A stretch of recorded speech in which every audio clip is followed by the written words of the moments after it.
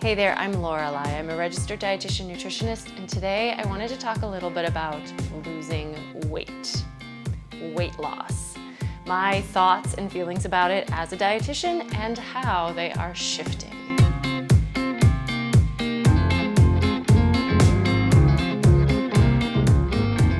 I don't think anyone would argue if I say that we live in a society that tends to value thinness over fatness, that esteems people for being thin or lean or fit, and even the less flattering term of skinny is generally still used as a compliment.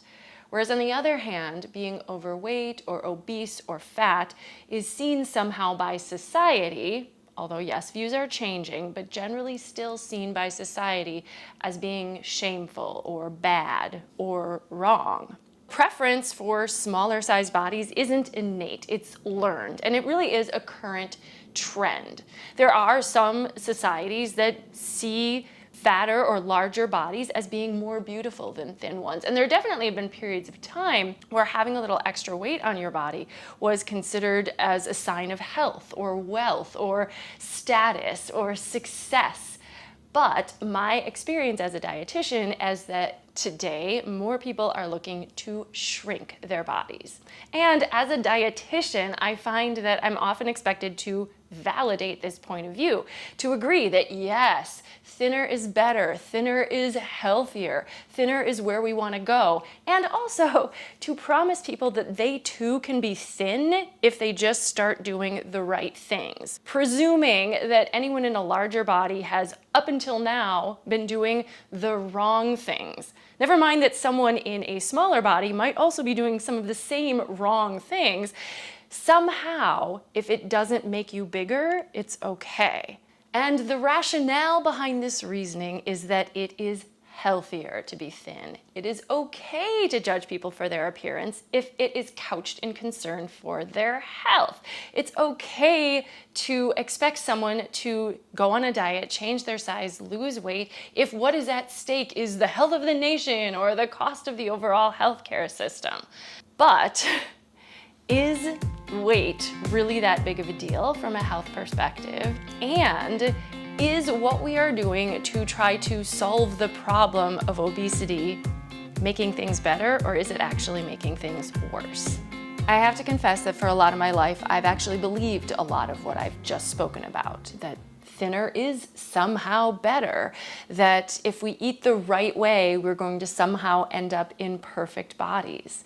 I've perhaps judged myself the most harshly, measuring my own size and shape as well as my habits against impossible standards. But admittedly, other people have not been spared my harsh criticism or my assessment, really, that the size and shape of their body is based on how they take care of themselves. As a dietitian, I was trained in a system that actually perpetuates this idea that thinner is healthier and that people in larger bodies are more prone to disease. So we must help them to lose the weight.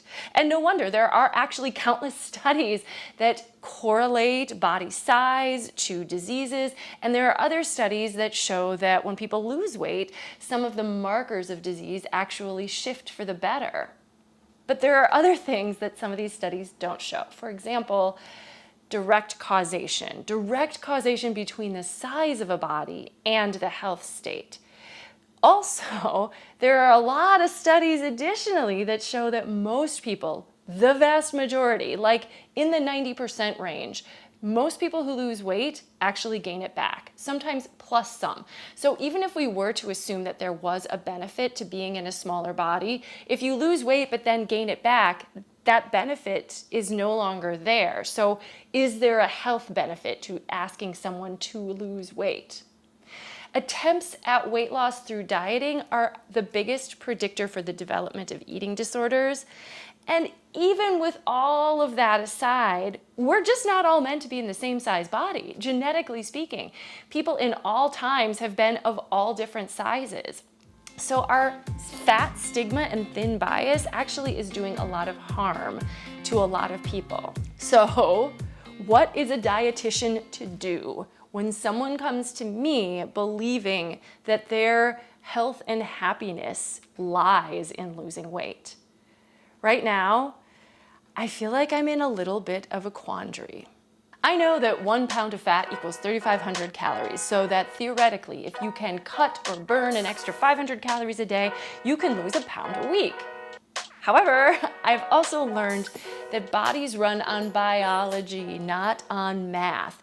Biologically speaking, if you cut calories, your body starts to think it is in for trouble. So it will make adjustments to keep you from, well, dying.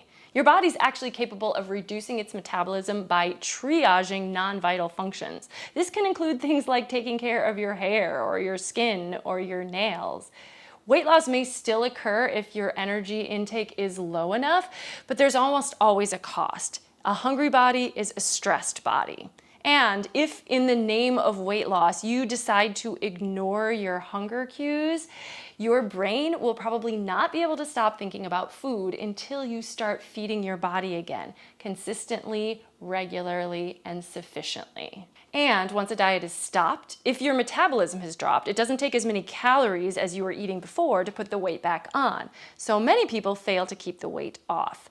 Other people feel like they have to do more, reduce more, restrict more, work harder, and a lot of systems can be negatively impacted as a result.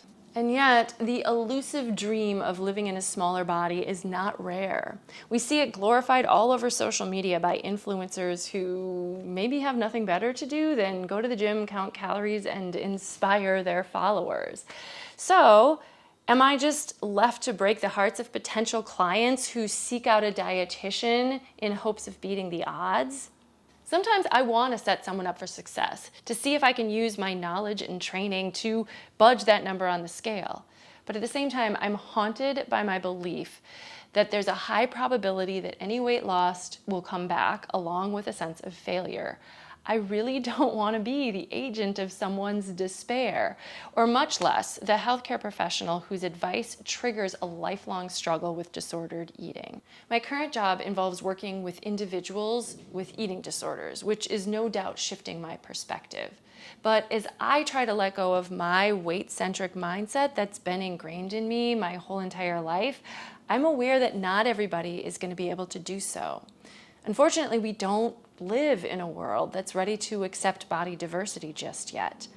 And as I come to terms with the privilege that I've always had of living in a body that is of a societally acceptable size, others whose bodies don't fit the mold have to deal with harsh judgment and criticism about having a high BMI. Some of these individuals want to be accepted as they are and for everyone to stop trying to shame them into losing weight.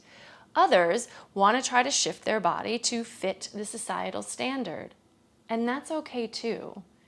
I just don't know if I can help them to meet that goal. On the other hand, I personally know people who have made changes to their diet and their exercise routine and have ended up in smaller bodies as a result, long term. Now, they may be the exception to the rule, but it's possible that I'm letting my own fear of failure and anti-weight loss bias stand in the way of possibility for those who understand the risks and who aren't ready to embrace body positivity or health at every size as their only options. Honestly, from strictly a health perspective, I'm coming to believe that body weight doesn't matter as much as we've been led to believe.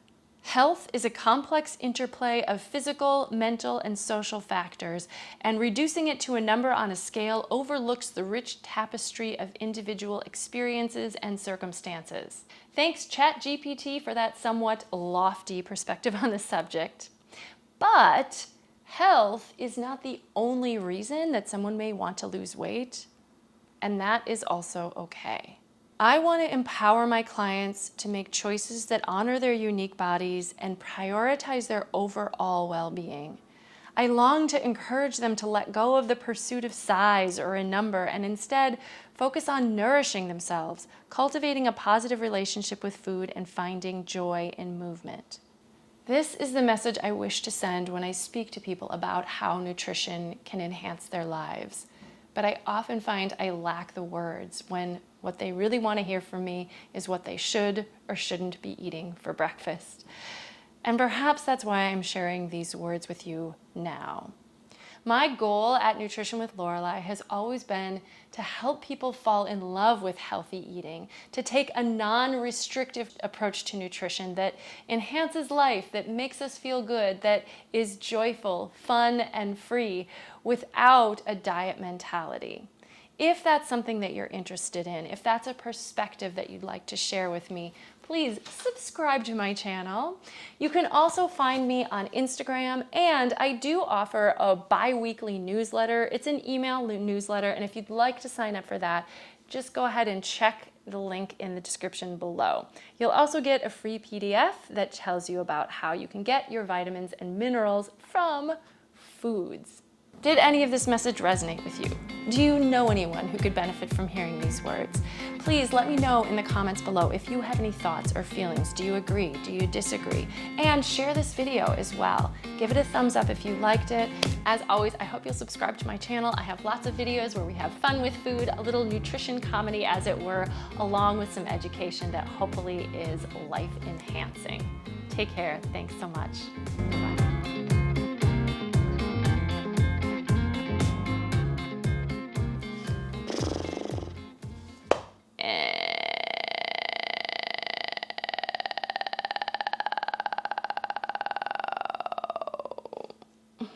Wordy, I say so many things.